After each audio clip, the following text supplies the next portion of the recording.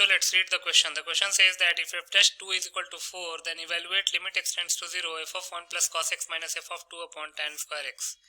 इस क्वेश्चन में f dash 2 की वैल्यू 4 के इक्वल दे रखी है, तो हमको limit x tends to 0 f of 1 plus cos x minus f of 2 upon tan square x की वैल्यू निकालनी है. बहुत ही सिंपल सा क्वेश्चन है. पहले हम की कॉन्सेप्ट लिख लेते हैं.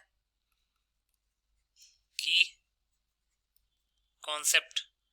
तो पहला की कॉन्सेप्ट ये है कि इफ द indeterminate form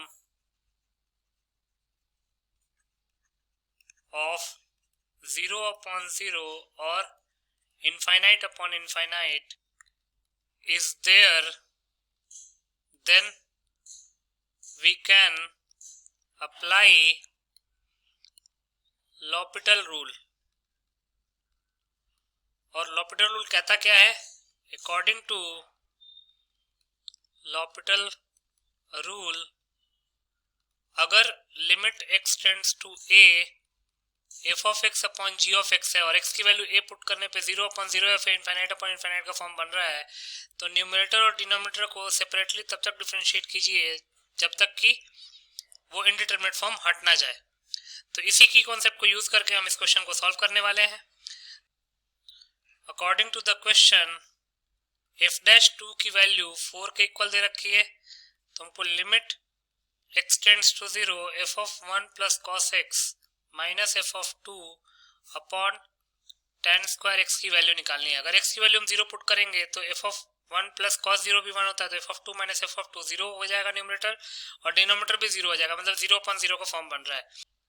तो L'Hopital रूल अप्लाई करते हैं. ये हो जाएगा limit x tends to 0 f dash 1 plus cos x into 1 plus cos x का डिफरेंशिएशन हो जाएगा minus sin x minus f of 2 एक कांस्टेंट वैल्यू होगी, उसका डिफरेंशिएशन हो जाएगा 0 अपॉन tan स्क्वायर x का डिफरेंशिएशन हो जाएगा 2 tan x into sec square x. अब अगर x की वैल्यू 0 पुट करेंगे तो अगेन माइनस sin 0 0 बना देगा न्यूमरेटर को, और tan 0 डिनोमिनेटर को 0 बना देगा.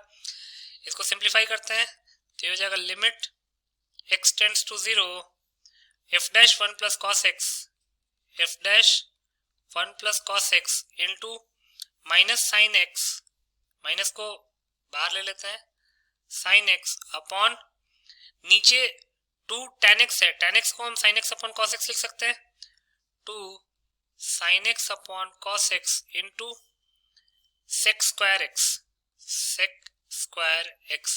sin x से sin x कैंसिल आउट हो जाएगा, तो इसको लिख सकते हैं limit x tends to 0 minus f dash 1 plus cos x upon 2 into 1 upon cos x को sec x लिख सकते हैं, तो sec x into sec square x हो जाएगा 2 sec cube x minus 1 upon 2 को बाहर ले लेते हैं, तो ये हो जाएगा limit x tends to 0 f dash 1 plus cos x upon sec cube x. तो अब x की वैल्यू 0 पुट कर देते हैं, तो ये हो जाएगा f dash 1 plus 1 that is 2 upon sec cube 0. sec 0 की वैल्यू क्या होती है? 1 अपॉन cos 0, cos 0 1 होता है, तो sec 0 भी 1 के इक्वल हो जाएगा, तो ये 1 का क्यूब हो गया, तो हो जाएगा minus 1 upon 2 into F dash 2 की वैल्यू क्वेश्चन में दे रखी है 4, तो ये हो जाएगा माइनस 2. यही हमारा फाइनल आंसर आ जाएगा. तो यहाँ से हम लिख सकते हैं hence minus 2 is the required answer. So minus 2 will be your final answer. I hope you understood it well. Best of luck.